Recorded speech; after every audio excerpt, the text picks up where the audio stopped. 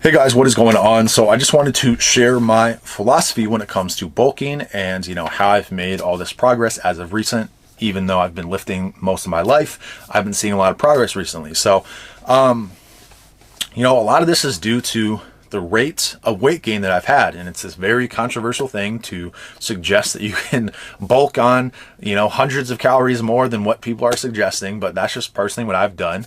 And I want to share why I've done that, both in terms of why I think it's optimal, why I think, I do it as opposed to doing something else.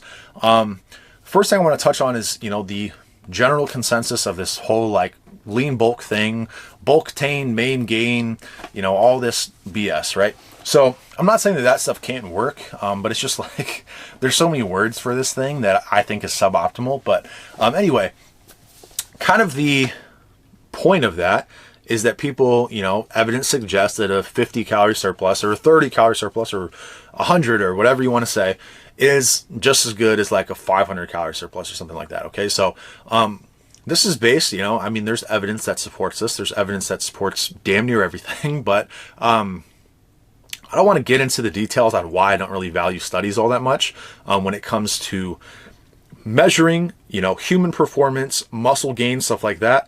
We have very flawed methods that are just ultimately due to the fact that we're humans and, you can't perform unethical experiments on humans and you can't control for all these variables because you can't have people being legitimate lab rats like they're actual human beings. And so we're always going to have limited kind of evidence when it comes to anything affecting humans in the fitness industry. That's just the harsh reality of it.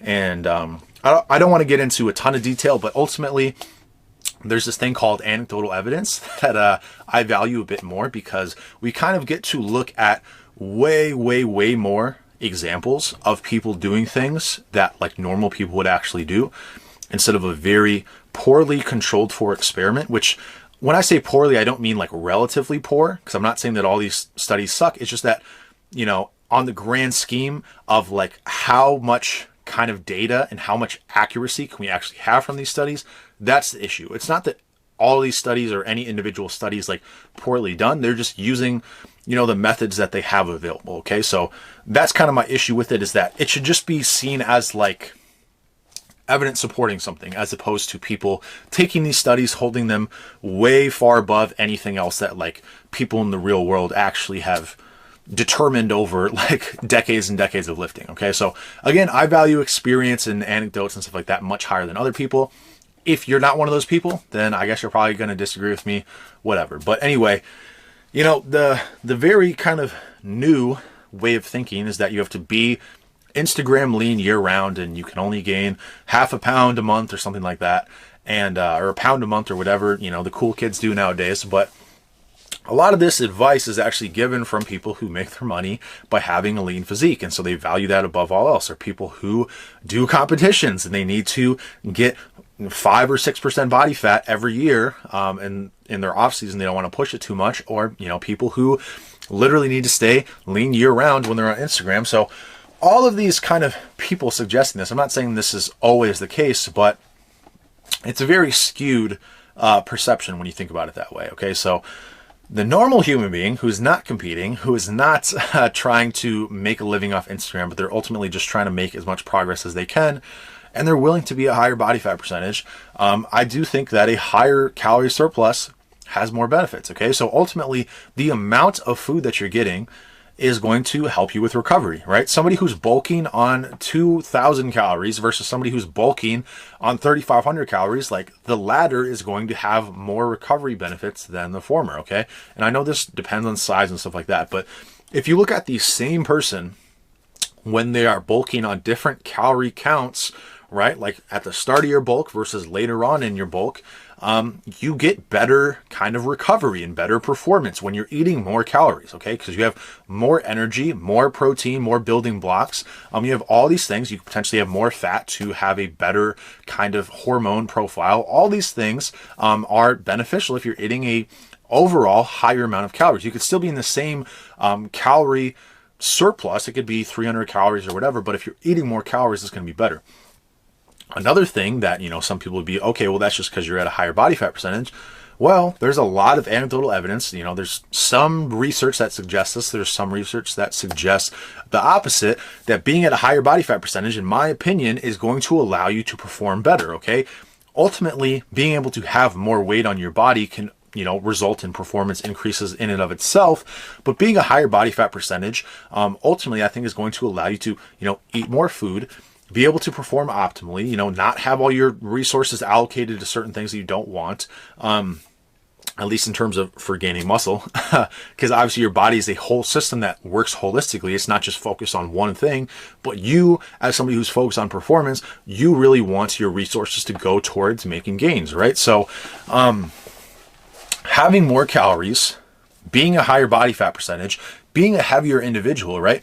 All of these things are much more pronounced when you're eating in a higher calorie surplus. And when you're at the point like me where I'm eating 5,000 calories a day, right, the extra recovery that I get, the resources that I'm able to have, I don't really track, you know, my macros or anything like that. So I'm not like eating a crazy amount of protein, but I know that I'm getting enough. When I say crazy amount, I just mean relative to my overall calories.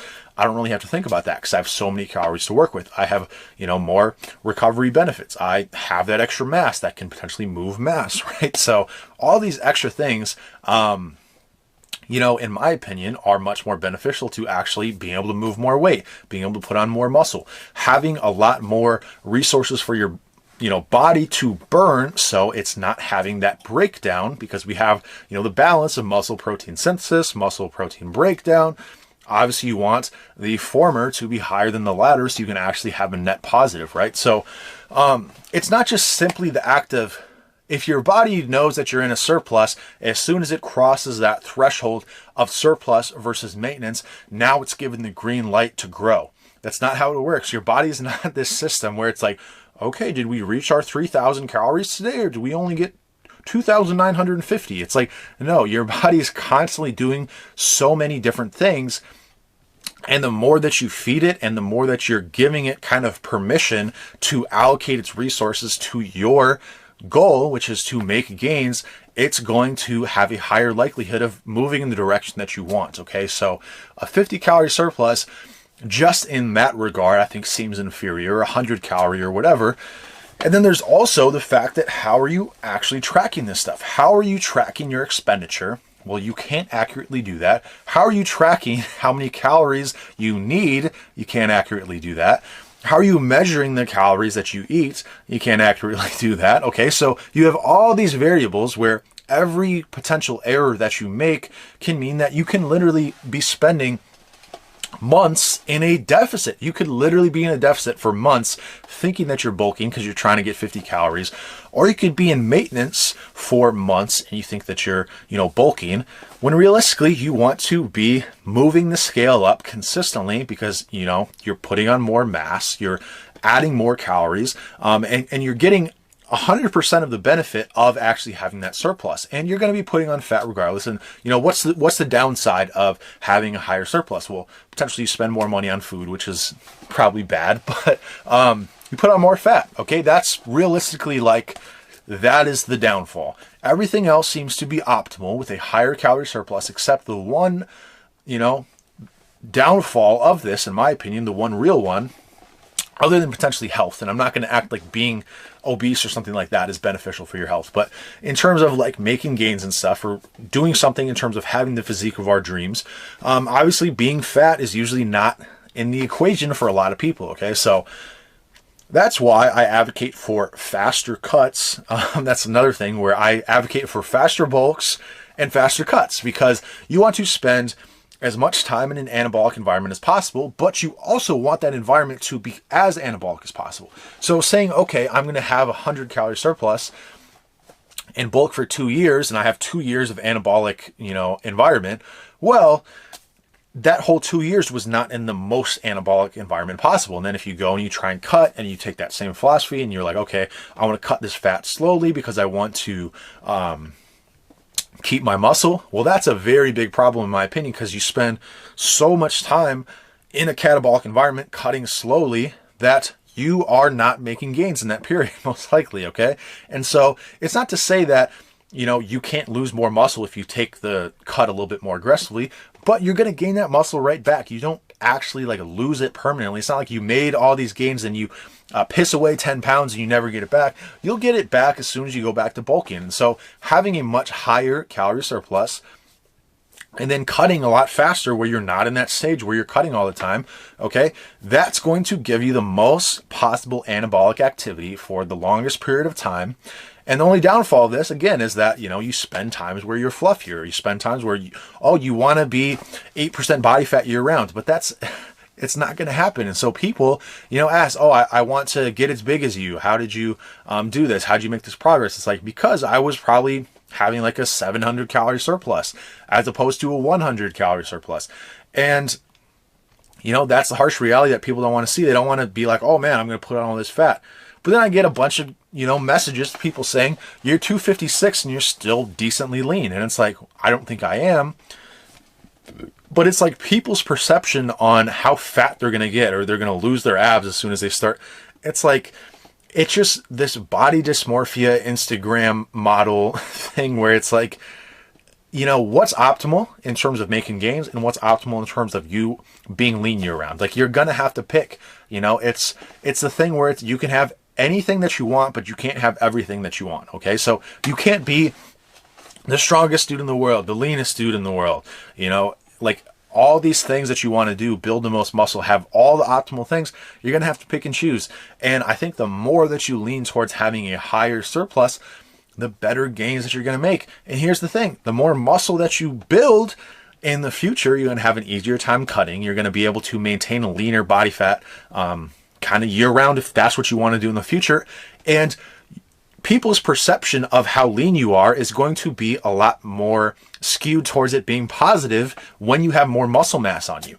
If I have 50 pounds of fat on me, but I'm super jacked, and you have 50 pounds of fat on you, but you're a twig, the guy who's super jacked is going to look relatively lean because it's spread out across a larger frame, and they're still going to have abs. And, you know, it's just this thing where people sacrifice their kind of long-term beneficial route of adding more muscle over time, adding more strength, all this stuff, by wanting to be lean all the time. And I think it's just this body dysmorphia thing that people need to, I'm not saying you need to get over it, because that's probably just insensitive, but I just think that Instagram and these people who are competing are just warping your mind to value being lean above all else, when, like, sure, if that's what you want, by all means. If you don't want to get super big and jacked and you just want to be lean and you think that's the ideal physique, go for that. I'm just saying, if you want optimal results, a higher calorie surplus is going to be more beneficial, in my opinion. I understand this is a very controversial opinion, but I'm just putting it out there because it seems like everybody disagrees with me nowadays